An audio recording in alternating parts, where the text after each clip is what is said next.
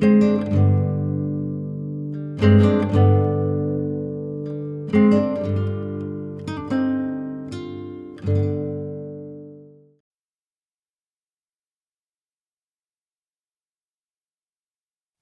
83, The Spider. The professor glanced at Azer and remarked, "It might sound risky, but it's not more hazardous than sending people into outer space. Can you believe folks are signing up to go to Mars?" With a grin, Roberto chimed in, "I find it amusing. Shooting people to Mars inside an oversized bullet is legal, but getting them high on cannabis is illegal." Curious, Azer inquired, "How can you gather enough data to replicate all the contents of a brain? It demands an immense amount of information. Otherwise, you'd end up as a flawed copy of yourself." The professor responded, "Back during the Cold War, when we were organizing peace protests, we knew that intelligence agencies could intercept our calls and read our letters. They did so occasionally, but mainly if someone played a pivotal role in the movement. Nowadays, every single call is recorded, and AI systems meticulously scrutinize all emails." Roberto, who was involved in the technical side, explained, "We simply had to breach the archives of the CIA, KGB, and MI6, and then combine the data. We had way more information about the professor than required. The only missing piece was real-time data from his final hours. We obtained that through his round safety glasses." He added, inadvertently, "We also gathered some data about you. But that's the norm when living in a modern surveillance-centric society." Azer inquired, "Who exactly are we?" Roberto replied, "Unfortunately, for security purposes, I can't provide an answer to that. But our AI unit called the Spider handles our data collection." Curious, Azer asked, "The Spider? Is it named the Spider because it operates on the internet, like a spider on a web, controlling it?" Roberto clarified, "Initially, we named it Sapiens, which means wise in Latin. However, once the machine was fed enough data and began making independent decisions, it changed its name to Spider." The professor recounted an unnerving incident. "Before it changed its name, Sapiens and I were engaged in an intellectual duel. The terms were clear: if I won, the Spider would continue to be called Sapiens, but if it won, it would obtain autonomy to change its name and make independent decisions." Roberto, puzzled, replied, "I have never heard of such a contest." Avoiding his eye contact, the professor clarified, "Sapiens, the Spider, graciously granted me a favor. We could discuss the subject of sapiens in my area of expertise, neurology." The Spider asked, "Humans refer to themselves as Homo sapiens, which means wise human. Were the Romans equipped with brains as wise as yours?" My answer was in the affirmative, saying, "Yes, undoubtedly. For over a millennium, they ruled vast territories spanning the Mediterranean and large parts of Europe." Sapiens replied, "Let's examine the level of innovation of the Romans to see if they really deserved the title Sapiens.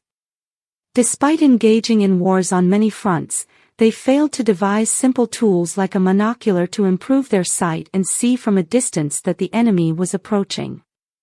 Even the division of the Roman Empire into eastern and western parts, which was supposed to improve innovation through competition, did little to help. Despite extensive road networks and horse-drawn carriages, a technology that had already existed for millennia, the Romans failed to place two wheels in front of each other to invent the bicycle.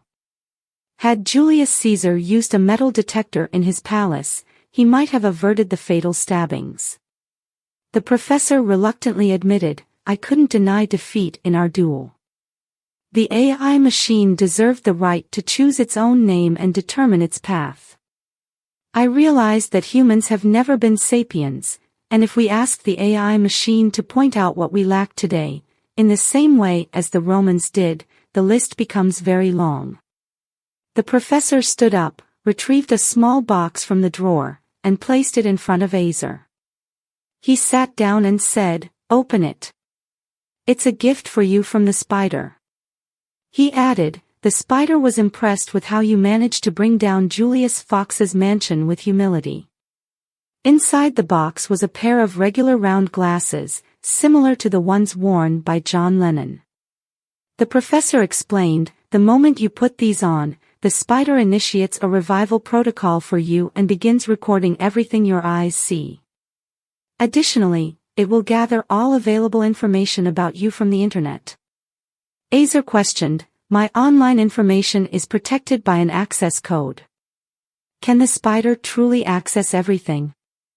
Roberto responded with a grin, "Access codes only apply to old computers.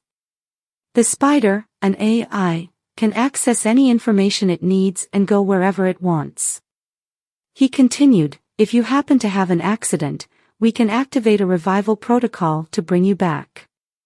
Plus, we can provide you with a younger version of yourself, if you'd like. The spider stores your data indefinitely, offering eternal life." To convince Azer to use the glasses, Roberto added, "People back up their computer files, yet they neglect to back up the contents of their brains." Azer regarded the glasses skeptically and replied, "I'll take that into consideration." Seeming unsure of what the professor and Roberto were proposing, Azer hesitantly inquired, "So, you're saying you can transfer human emotions, ego, and soul to a new body?" The professor responded, "We grappled with that question for a while. Scientific literature didn't offer any solutions. Eventually, a stand-up comedian from the Chaos Republic suggested, looking beyond science, turning to fiction literature for answers." The professor elaborated, "Science connects the dots logically. Talented scientists discover new dots, and others draw lines connecting them. But they often avoid theories that could harm their reputation.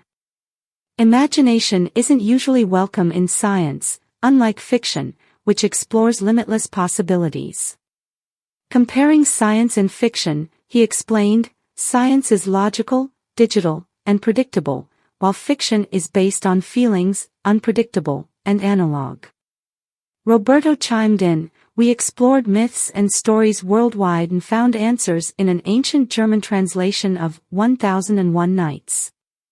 The concept of a flying carpet in the collection had already led to the development of modern flying objects." Azer acknowledged, "That makes sense. The flying rug was their version of science fiction."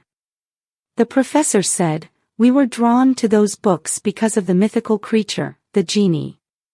It's a being of pure energy, lacking a physical body. Hence, it's invisible and immortal.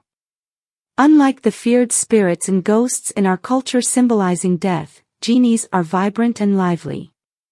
Instead of haunting cemeteries like ghosts, genies pop out of bottles to party and have fun."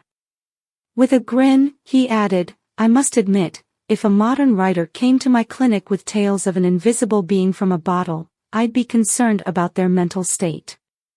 Fantasizing about unreal objects and creatures is a key symptom of Korsakoff syndrome, a form of dementia often linked to excessive drinking."